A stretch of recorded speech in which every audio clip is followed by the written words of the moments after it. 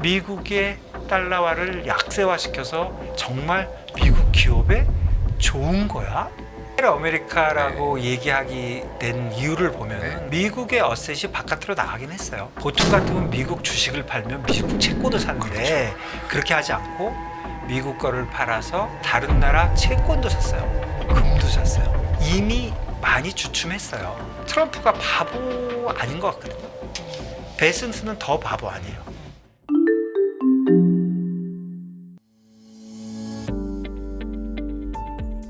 이 셀 아메리카 움직임이 사실은 이전에 있었던 움직임은 아니잖아요, 대표님. 셀 아메리카란 말은 저 처음 들어봤습니다. 그러니까 미국이 이런 수모를 겪었던 시기가 있었나 싶어요, 진짜. 예, 수모도 수모지만 이제 네. 시장이 좀 다른 게 네네.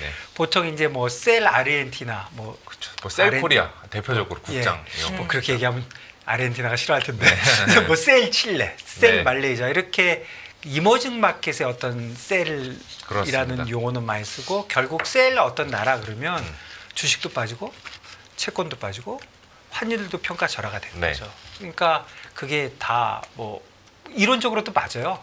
어떤 나라에 좋지 않으니까 주식이 빠지고 채권이 빠진다는 건 금리가 오르는 거니까 네. 금리가 오르고 또 평가절하되고 그러는데 미국은 좀 다른 게 미국이 전 세계를 글로벌리 시장을 움직이는 중심이 돼 있잖아요. 기축통화도 보유하고 있죠. 기축통화도 돼 있고 또 US 트레저리는 모든 프라이싱의 근본이 되는 리스크 프리 어셋으로 자리 잡고 있잖아요. 그러다 보니까 셀 아메리카가 되니까 셀 아메리카란 말처럼 세 가지가 동시에 빠지니까 진짜로 잘 안 일어나는 일이 하나 일어난 거죠. 네. 채권이 빠지는데 달러가 같이 빠지는 거거든요. 채권이 빠진다는 거는 이자율이 오르는 거잖아요. 네. 미국 이자율이 오를 때 달러가 빠진 적이 있느냐? 네. 거의 없어요. 옛날 프라자 합의 때 빠졌대요. 음. 반대로 된 적은 있대요. 또 금리가 내릴 때 달러화가 강세가 된 적은 있어요. 언제냐면 러시아 전쟁 터졌을 때, 우크라이나 전쟁 터졌을 때. 그러니까 그런 극단적인 경험만 있다고 얘기하는 거는 진짜 없는 현상이거든요. 네. 그러니까 최근에 뭐니 해도 트럼프 100일 됐나요, 이제? 예, 그쵸. 어제자로 거의 100일이 됐죠. 그러니까 트럼프가 온 동네를 그냥 휩쓸어 놓으니까 지금 뭐 트럼프 얘기 외에는 뭐 금융시장에서 할 얘기가 없잖아요. 네. 뭐 다른 게 아무리 뉴스가 있어도 트럼프 생각대로 다 움직이니까 그러다 보니까 시장도 이런 셀 아메리카라는 현상도 일어나고 시장도 워낙 뭐 과격하게 움직이고 또 평소에 없었던 현상들이 시장 간에 일어나고 그러니까 뭐 금이나 비트코인 이런 거 말고라도 그냥 주식, 채권, 환율 이 세 가지만 봐도 여러 가지 이례적인 현상이 계속 일어나고 또 한 가지는 트럼프가 계속 달러와 약세를 말로 하잖아요. 네. 달러가 약세가 되면 좋겠다. 이렇게 얘기하고 이번에 베슨트 장관도 우리나라한테 갑자기 야 우리 환율 한번 얘기 좀 해보자. 이래갖고 얘기를 꺼냈잖아요. 네. 그런데 가만히 생각해 보면 트럼프 정책은 뭐예요? 관세와 감세잖아요. 감세. 둘 다 이자율을 올려서 달러를 강세로 만들잖아요. 그리고 또 트럼프 정책은 뭐예요? 미국에 와서 공장을 만들려고 그러는 거잖아요. 미국에 투자를 하라고 그러는 네. 거잖아요. 그러면 달러가 약세가 될까요? 미국에 달러가 들어오는데 투자를 하려면 달러로 돈이 들어와야 되니까 수요가 늘어나면 그러니까 강세가 돼야 되잖아요. 말은 약세를 얘기하지만 대부분의 정책은 강세를 유도하는 정책들이에요. 네. 그러다 보니까 시장은 처음에 말은 저렇게 하지만 속으로는 그렇게 별로 생각 안 할 거야. 그리고 말로라도 저렇게 하는 이유는 달러가 너무 강세가 될 걸 걱정을 하는 건지 뭐 어쨌든 별로 안 믿었죠. 네. 그래서 처음에 트럼프가 당선됐을 때부터 당선되기 직전부터 취임할 때까지 달러 많이 올랐잖아요. 맞습니다. 달러도 오르고 그렇게 되니까 이제 와서 제일 헷갈리는 대목은 자꾸 와서 달러화를 약세화를 주장을 하니까 헷갈리는 거죠. 거기도 헷갈려, 뭐 시장도 헷갈려. 그러니까 요즘은 진짜 그 뭐 전문가들한테 말을 듣는다고 하지만 다 딴소리 하잖아요. 이 사람은 오른다, 저 사람은 내린다. 근데 뭐 하여간 좀 그런 상황인 것 같아요. 근데 그 뭐 여기서도 좀 이야기를 주시겠지만 이 셀 아메리카가 지금은 팩트인 현상이잖아요. 네.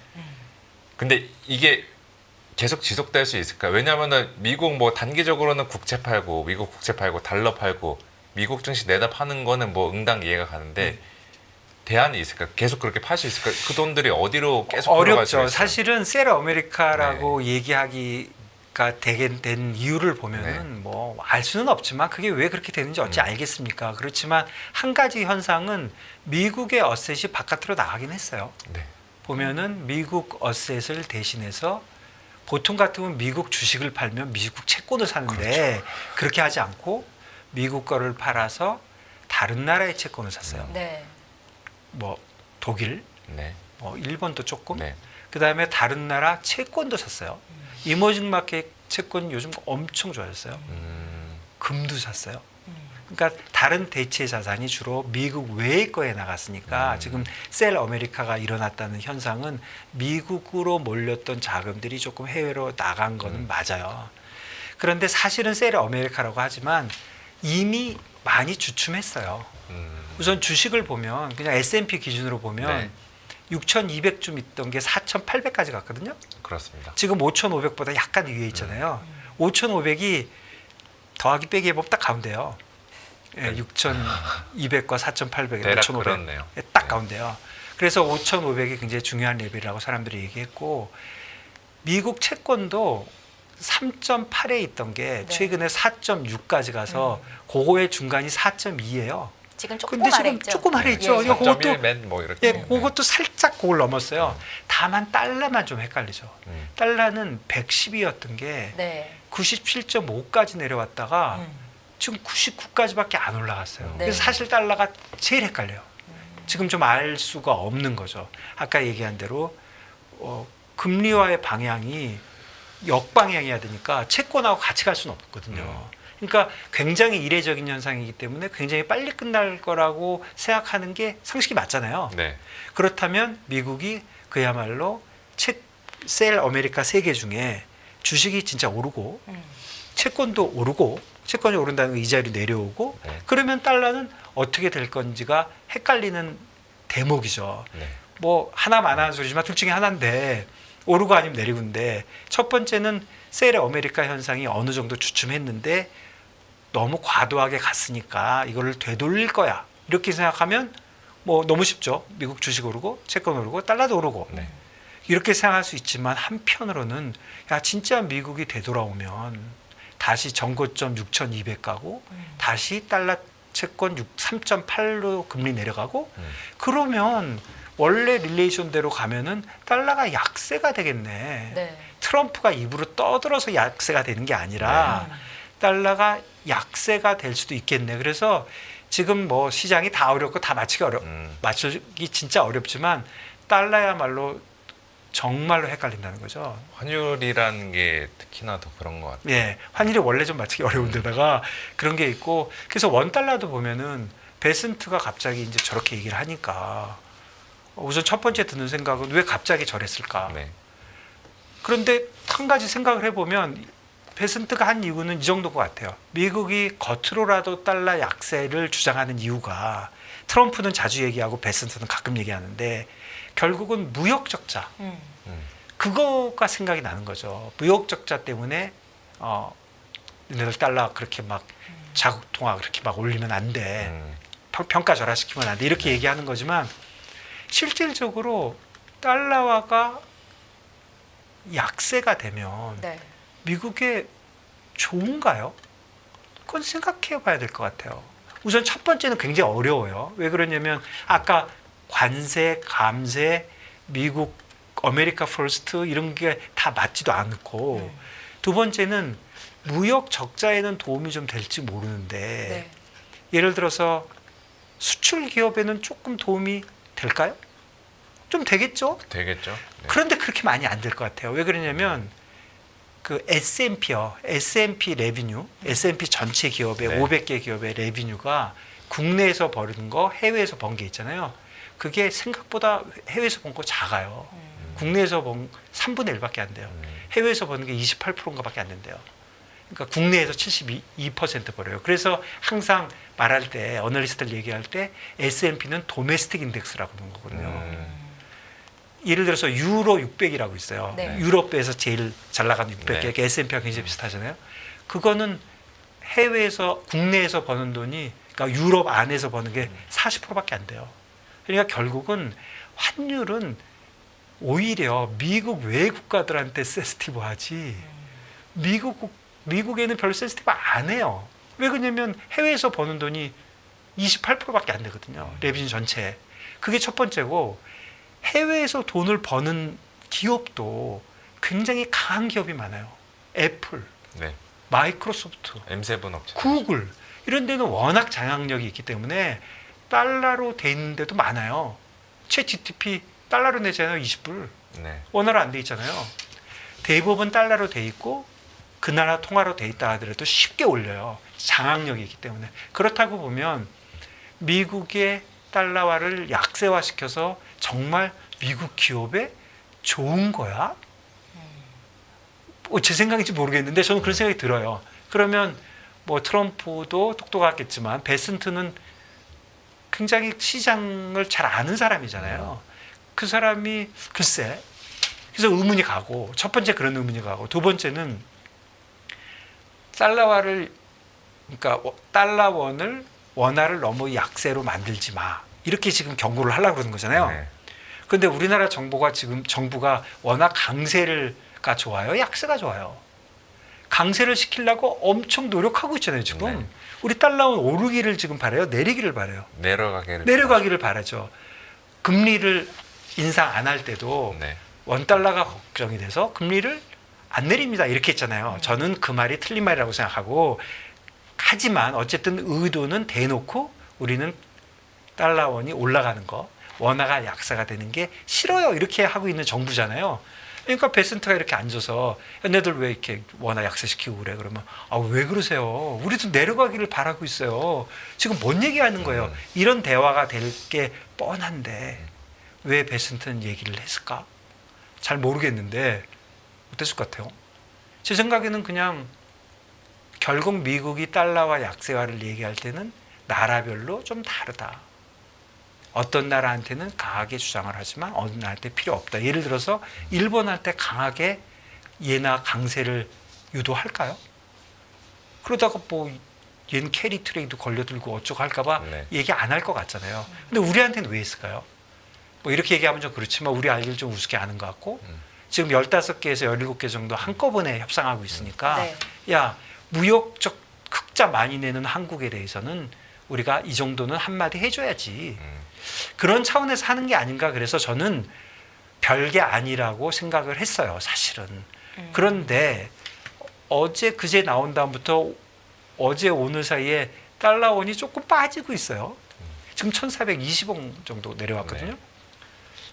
갑자기 좀 원화가 좀 강세가 된 네. 거예요. 그래서 아마도 시장에서는 혹시라도 베슨트가 저런 말을 좀 하니까 한국은행이 그동안 한국은행이 뭐 매도 개입을 계속 해왔는데 매도 개입을 최근에 국민연금한테 떠넘겨가지고 좀 덜 했단 말이에요. 네.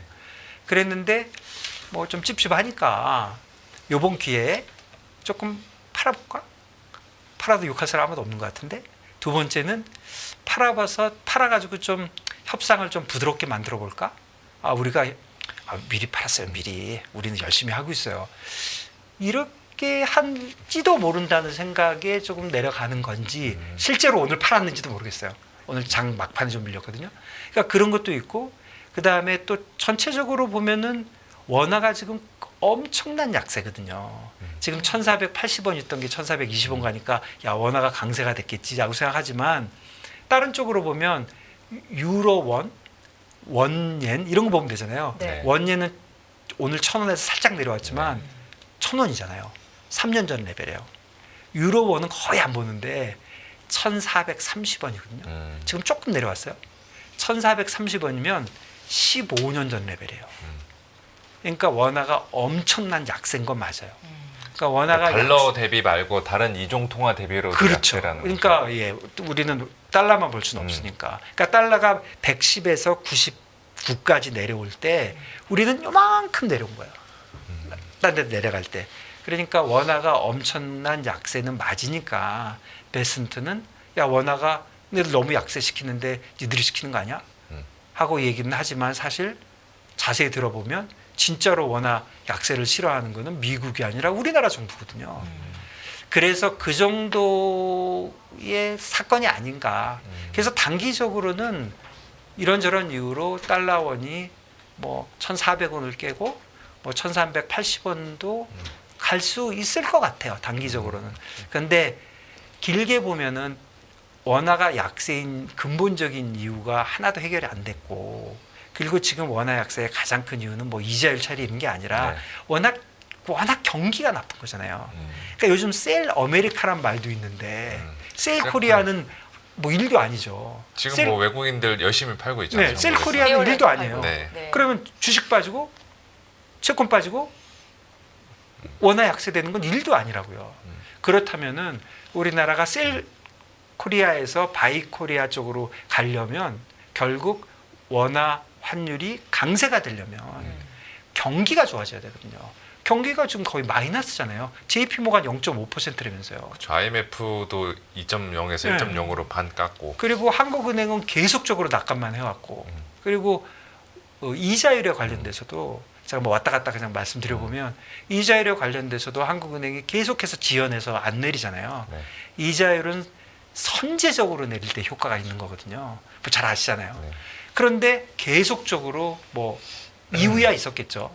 부동산, 부동산 뭐 효과가 있었는지 모르겠지만 또 환율, 저는 엉뚱한 소리를 하는 거라고 생각하지만 어쨌든 지연을 시켰는데 이제는 별로 의미도 없어진 게 미국이 지금 금년에 한 4번 내리는 걸로 이미 프라이싱 돼 있거든요.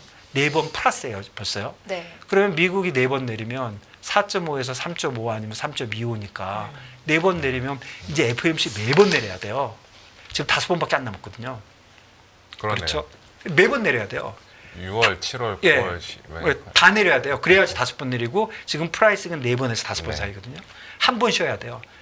그렇다면 우리는 2번에서 3번 그냥 적당히 내릴 수 있을 거 아니에요. 그러니까 후행적으로 내리니까 어차피 내릴 거고요. 그리고 한국은행 금리 내리거나 말거나 시장은 별로 신경도 안 쓰는 것 같아요. 한국은행은 뭐 어차피 안 내리고 버티고 뭐 아무것도 안 하니까 네. 시장 금리가 지금 10년짜리 금리가요. 벌써 2.5예요. 3년짜리 금리는 2.20, 2.55, 2.25 정도 돼요. 그러면은 한국과 관련해서 하는 총재가 오늘 되게 조금 이례적인 이야기를 했잖아요. 네. 양적 완화도 고민을 해봐야 되는 시점이다. 그거 일찍 해야죠. 선제적으로 해야지 지금 얘기하는 건 아무 의미 없다고 근데 생각해요. 이게 양적 완화라는 게 미국 같은 데나 유럽 그 22 같은 데는 가능한데 한국이 가지고 있는 이 전 세계 경제에서 영향력 입장에서 그게 과연 예, 효과가 저는 있을까요? 한국은행 총재에 대한 믿음이나 이런 신뢰가 네. 저는 거의 바닥인 사람이거든요. 아, 그거 말 안 되죠. 네. 당연히 말 안 되죠. 그리고 선제적이어야지 후행적으로 하는 건 아무 의미가 없거든요. 한국은행은 선제적으로 했어야 되는데 선제적으로 못한. 뭐 어쨌거나 제가 지금 이 순간에 딱 한 개만 사려면요. 6개 중에 사거나 파는 거 미국 주식 네. 사거나 팔고 뭐 한국 주식 사고 팔고 네. 모두 6개, 12개가 있잖아요. 네. 저는 첫 번째로 하고 싶은 건 원화 채권 사고 싶어요. 원화 채권이. 예, 원화 채권은 경제 성장률이 빵이에요. 물가가 거의 안 오를 것 같아요. 네. 어떻게 이자율이 오르겠습니까? 미국 이자율이 뭐 4.2%고 원화 이자율이 2.7이니까 2.6이니까 내려갈 룸이 없으니까 원화는 안 내려가겠지? 그런 거 없어요. 제가 볼 때는 원화 이자율 1% 될 것 같아요. 그러니까 원화 채권이 아래쪽으로 룸이 그러니까 올라가는 거죠. 이자율은 내려오고 채권 올라가고 그쪽에 룸이 엄청 많아 보이고 결국은 국내 경기가 살아나지 않는 한 원화 이자율은 끊임없이 내려갈 것이다. 제가 이렇게 얘기하면 이런 사람들이 있어요. 경기가 그렇게 나쁘면 뭐 건설사, 뭐 PF 이런 게 부도가 나지 않겠냐. 네. 나겠죠. 나면은 회사채가 폭등하지 않겠냐 이자율이. 그러니까 회사채 5%짜리가 뭐 8%, 네. 9%쯤 되면 그러면 금리가 내려갈까? 이렇게 얘기하는 사람이 있는데 모르죠. 그 사람 말이 맞을 수도 있는데 그런 일이 벌어질 때 저는 의심을 갖고 있는 게 그때 과연 국채 금리가 올라갈까? 예를 들어서 국채가 2%고 회사채가 5%였어요. 회사채가 자꾸 붙거나 네. 하고 회사채가 10%가 됐어. 그럼 국채 2%가 2%짜리가 5%가 될까? 1%가 될까인데 나는 1%가 될 수도 있다고 생각해요. 왜 그러냐면 대안 수요로 국채로 가니까. 그렇죠. 우리나라가 완전히 골로 가버리면 뭐 국채도 뭐 20% 되겠죠. 네. 그런데 그런 상황이 아니라면은 그런 일이 벌어지면 개인들이 어떻게 해요? 은행에다 예금하겠죠. 그럼 은행들은 그거 받아가지고 대출을 해주려니까 불안해서 못 하잖아요. 그런데 가지고 있을 수가 없기 때문에 국채를 사겠죠. 그래서 그런 경우는 많았어요, 예전에도. 그래서 이런저런 이유로 뭐 그냥 뭐 예측하는 건 아무 의미 없는 거지만 네. 제가 보기에는 우리나라 경기에서 어떤 좋은 뉴스가 나기 전에는 원화 채권이 상당히 매력적이다. 그런 생각이 듭니다. 그 지금 이제 한국 뭐 증시도 그렇고 네. 경제도 그렇고 보면은 솔직히 좋아 보이는 거는 없는 게 맞는 것 네. 같아요. 이거는 지금 과거부터 현재까지의 현상이고 네. 현재부터 미래까지 봤을 때 좀 반전 좋아 보일 만한 재료들 기회들이 있을까요? 뭐 가령 뭐 대선이 끝나고 나서 추가 경정 예산 편성을 또 한 번 더 한다던가 아니면은 뭐 관세 정책과 관련해서 이제 우려들을 많이 덜어내에 따라 생각보다 경제 외부 충격이 약하다던가. 제 생각을 한번 얘기해 볼게요. 네. 시장이 어떨 것 같은지. 그러니까 네. 뭐 맞는다는 보장 전혀 네. 없고요. 뭐 정답이라는 예, 없으니까 그리고 시장에. 제가 말하는데 이유가 있으니까 그 이유가 맞는 것 같으면 좋은 거고 제가 형편없는 말을 하면 제 반대로 생각하시면 되니까 우선 미국 주식은요. 지금 말씀드린 대로 6,200하고 4,800인데 그 중간 5,500에 있잖아요. 네. 셀 아메리카가 어느 정도 끝나갈 수도 저는 있다고 생각해요. 왜 그러냐면 트럼프가 바보 아닌 것 같거든요. 베슨스는 더 바보 아니에요. 그렇다면은 야 이거 험악하게 하니까 안 좋잖아요. 그러니까 미국 주식 내려도 난 상관 안 해. 이렇게 말은 하지만 엄청 상관하거든요. 그리고 그렇게 말한다는 네, 자체가 예. 되게 신경 쓰고 그리고 있다라는 거죠. 미국 채권이 폭락할 때는 깜짝 놀랐거든요. 그렇다고 보면 트럼프가 지금부터 굉장히 좀 조용할 것이다. 어저께인가 그저께 트럼프 그 100주년 뭐라고 연설한 거 네. 있어요. 잘난 척 살벌하게 한 거. 거기에도 험악한 얘기 하나도 없어요. 그러니까 트럼프가 조용해지면 결국은 셀 아메리카 현상이 좀 돌아가지 않겠냐. 미국에서 돈 많이 나왔거든요. 그럼 일부 돌아가지 않겠냐. 달러가 패권이 없어진다? 그거 쉽지 않거든요. US 트레저리가 뭐 망가진다? 그것도 어렵거든요. 그러니까 결국은 조금 좋아진다고 보면은 4,800이 먼저 올까? 6,200이 먼저 올까? 둘 중에 하나가 먼저 오긴 할 거잖아요. 앞으로 100년 동안 그 사이에 있지는 않을 거잖아요. 그러면 저보고 그냥 홀짝으로 하면 전 6,200이 먼저 올 것 같아요. 좀 오를 것 같고요.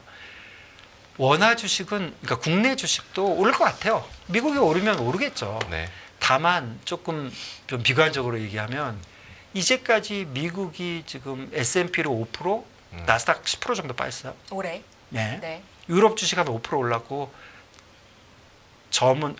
독일 주식은 한 12% 올랐어요. 네.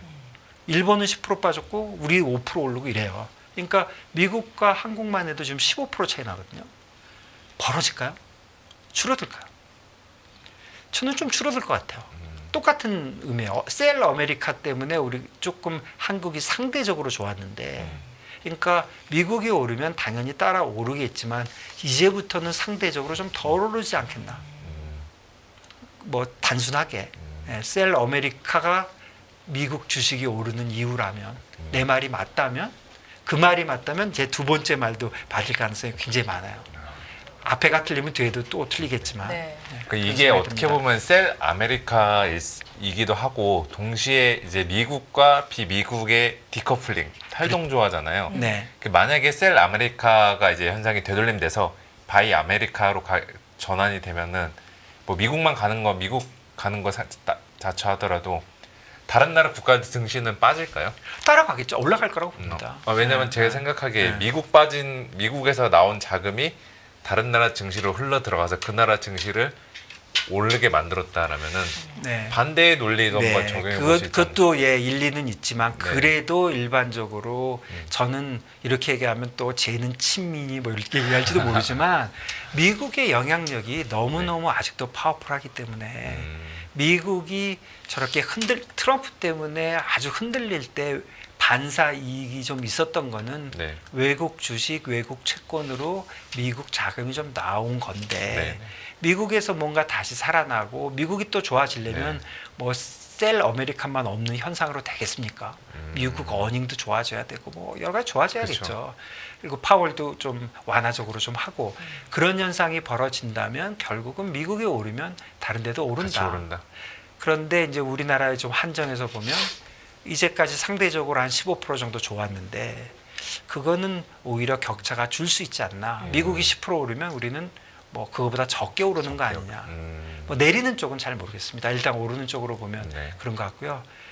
미국 채권에 관련돼서는 미국이 첫 번째로 바라는 거는 제가 볼 땐 이자율이에요.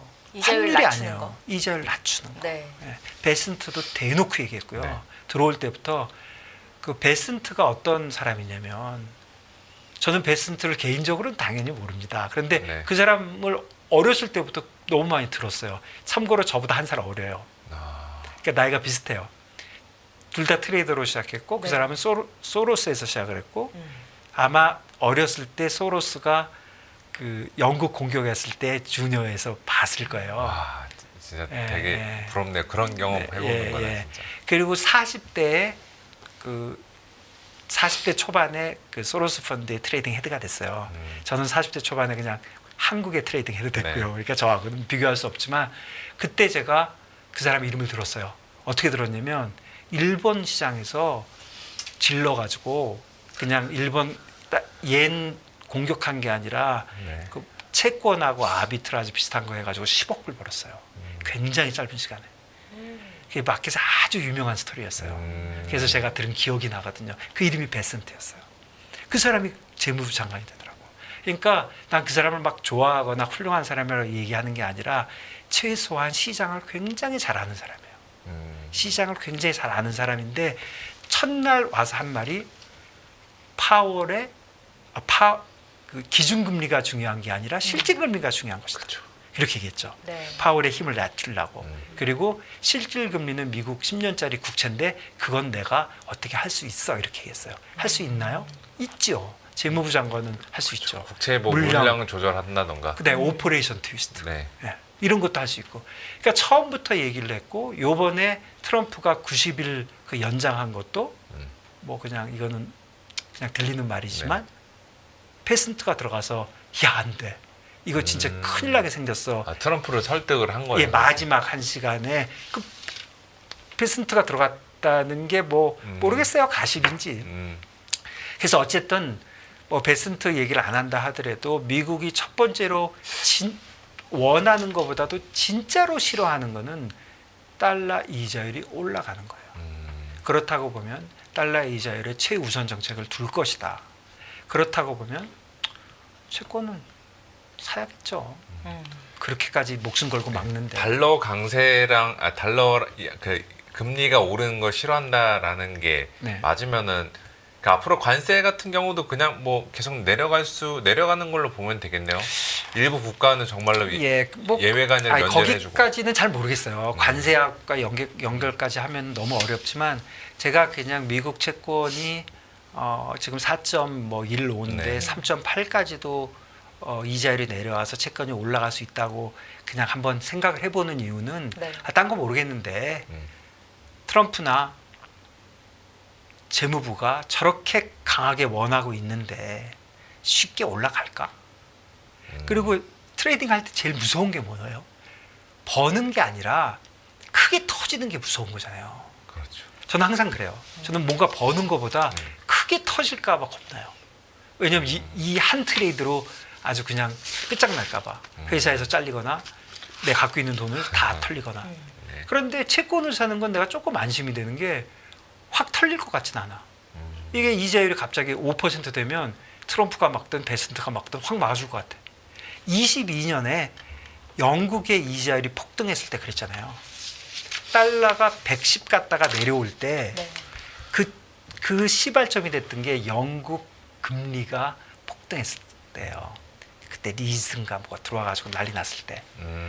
그런 것처럼 달러 이자율은 미국 국채는 폭락하면 미국의 개입이 강하게 들어올 것이다. 그런 단순한 이유로 저는 좀 달러 채권이 좋아 보이고요. 그리고 원화 채권은 말씀드린 대로 뭐 1순위. 네, 1순위입니다. 네. 원화 이자율이 오를 이유가 없는 거죠. 경제가 성장을 안 하는데 어떻게 이자율이 올라요? 그러니까 그런 것 같고요.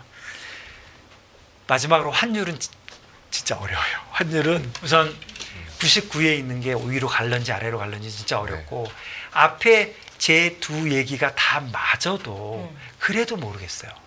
두 개가 맞을 때 또 바이 아메리카 돼가지고 달러화가 강세가 될 수도 네. 있고 아까 얘기한 대로 두 개가 올라가니까 예전 스타일로 가면은 주식이 오르면 대개 달러는 빠지거든요. 네.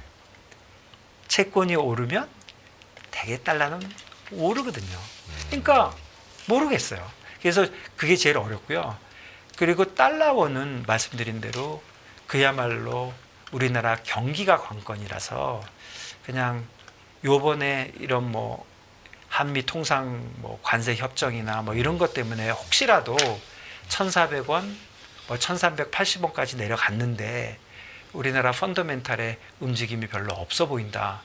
그러면 그야말로 굉장히 한번 살 수 있는 좋은 기회가 1,380원대에는 있다. 뭐 안 갈지도 모르지만 혹시 갔는데 그때 갔을 때 그때 이게 펀더멘탈이 좋아진 게 있어? 경기가 좋아졌어? 혹시 뭐 상법이라도 개정됐어? 자본시장 좋아지면 좋아지는 네. 거거든요. 뭐 상속세라도 뭐 바뀌었어? 그래가지고 해외에 나가던 돈들이 줄어들었어? 이런 펀더멘탈한 게 있었는지 봐야 되는데 아무 일도 없는데 그냥 미국이 뭐라 그래가지고 내려간 거다. 또는 한국은행이 갑자기 팔아가지고 내려간 거다. 이런 현상이 일어난 것이라고 판단이 되면 진짜 가재를 털어서 한번 사야죠. 달러를. 네, 달러를. 그런 생각이 좀 듭니다. 그래서 다음에 1,380원 가면 저 한번 꼭 불러주세요. 네, 알겠습니다. 그때 이게 펀더멘탈이 움직인 건지 네. 억지로 밀어내린 건지를 한번 판단해 봐야 될 것 같아요. 매일 돈을 쓰는데 그 가치는 누가 정할까요? 정답은 슈퍼달러 슈퍼리치에 있습니다. 복잡한 공식은 빼고 투자 타이밍을 잡는 환율의 핵심만 담았습니다. 빠르게 변화하는 금융시장, 그 중심엔 언제나 환율이 있습니다. 오늘부터 환율과 썸 타볼까요?